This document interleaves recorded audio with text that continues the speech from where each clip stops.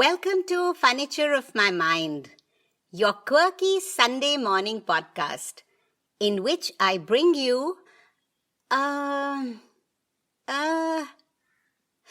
it's complicated.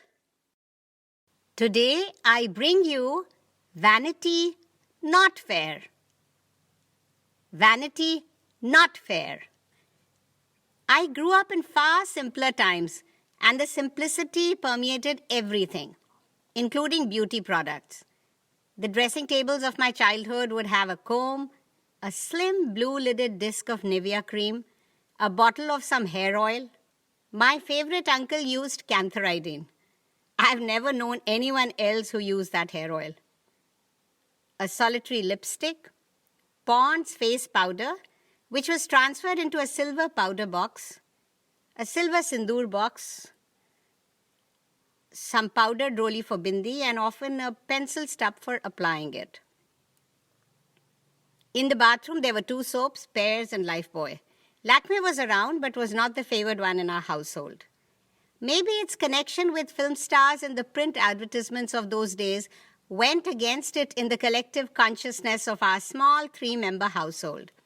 The faces of Hindi film heroines endorsing the soap stared up with heavily mascaraed eyes from black and white print ads. And my mother probably had a subconscious fear that her only child would run away to Bombay to become a film star if Lakme soap was allowed to enter our home. Be that as it may, my first encounter with a beauty product was in my infancy, with kohl, kajal, made by my grandmother, which my mother used to diligently apply with her finger, not lining my eyes, but literally in my eyes, in the futile hope that the application process, if not the product, would help my eyes get bigger. Alas, years of effort showed no visible result. The next product to come along as I was growing up was Vaseline for chapped lips. All through my teen years, I don't remember using any other beauty product, except the exciting shimmery lip gloss, which was gifted to me by a friend.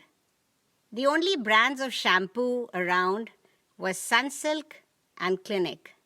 My hair used to be a big mass of unruly waves and curls. After a wash, my mother used to oil my hair with good old coconut oil, and only then could it be tamed into being combed. Even in my teenage years, the contents of the bathroom shelf did not change much, since it was still a comparatively simple age. That's how old I am. I remember contemplating buying Clearasil for acne-adorned cheeks, but my mother would not hear of it, since she believed young girls should not be dabbling with any makeup, and all creams, however strategic their positioning as medicinal cures, came in that category. Then somewhere along the way, like the process of teaching and learning, the way we communicate, and sundry other things, the world of cosmetics transformed. And like the swiftly expanding range of food, cosmetics too entered a whole new era, popping up in an ever-widening variety of textures and colors and packaging and targeting every itsy-bitsy part of your body, from the tip of your eyelash to the skin under your toenail. Suddenly, your daily dose of cosmetics was no longer something you spent half a minute over before rushing off to more important things. It became one of the most important things on the list of daily indulgences. Whenever I have paused to think about the phenomenon, I have felt like Alice, standing alone in a world where the complex world of the Queen of Hearts and sundry other characters of all shapes and sizes suddenly transform into a simple pack of cards. Except, here it's in reverse. The simple has transformed into the more complex. God knows I've tried to understand it, but all my sincere attempts to do so have left me befuddled. There is also the eerie feeling that, like Alice, I can never catch up with the March hare, no matter how hard I try or how fast I run. I mean, by the time I had figured out that astringent was good for my slightly oily skin, I had reached an age when I was told to watch out for my skin getting too dry. The god of this stage of life, was the moisturizer. The part of my brain in charge of beauty products has remained underdeveloped, so that when a younger cousin patiently tried to explain to me the daily skin routine of applying toner, moisturizer, sunblock on her face in the morning, and a night cream with AHA at night, it was just too much for me to handle and retain, even in theory. For me, using beauty products has been an occasional thing, like seasonal fruits and flowers, exercise routines, out-of-town travel, and haircuts. My crusade to control the 7 signs of aging, as mentioned on a jar of expensive cream, lasted all of 2 days, after which the jar just sat aging on my dresser.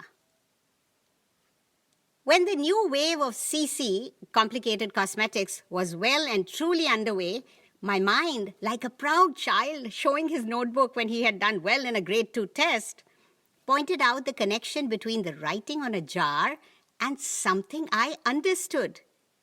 The enlightening word was fruitamins, something a smart aleck person in the creative department had come up with to justify his salary. Now my mind is a little like a burrowing rabbit. If it finds a shred, a wisp of something familiar or attractive, it will dig furiously to get to the source of it. So when I spotted fruitamins prominently placed on a label, the next logical step was to jump to thinking, why should I buy this processed glob of fruit vitamins when I can get it from real, fresh fruit?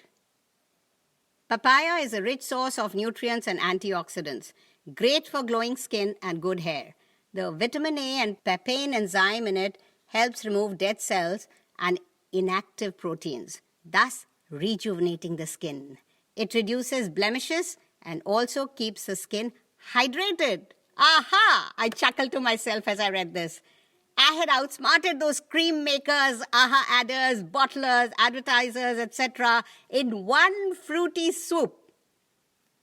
Over the next few weeks, banana, papaya, tomato, and strawberry paraded one by one on my face like the contestants in a talent show. I liked the fact that unlike the contents of a jar of cream, they were not preceded by a bunch of unnecessary words. The points given to each were based solely on talent. Strawberry was a clear winner, with banana and papaya tying for second place, and tomato coming in a close third. I was mighty pleased with this find. Unlike the languishing jars and tubes on my dressing table, this was available in my hand as I did the more important and unforgettable task of cutting fruits each morning. I was pleased for being able to kill 2 birds with 1 stone. But my joy was short-lived. As I put a bowl of freshly cut papaya on the breakfast table one morning, my son looked up and exclaimed, "Ew, Mom!" And suddenly it dawned on me that seeing the fruit he was going to eat smeared all over a face was far from appetizing. So I had to declub it from the more important task, and soon even the memory of it decayed like rotting fruit, and the recently acquired glow on my skin retreated as blemishes and spots smirked gleefully. In the next episode of Vanity Not Fair, I will take you on an exciting behind-the-scenes journey.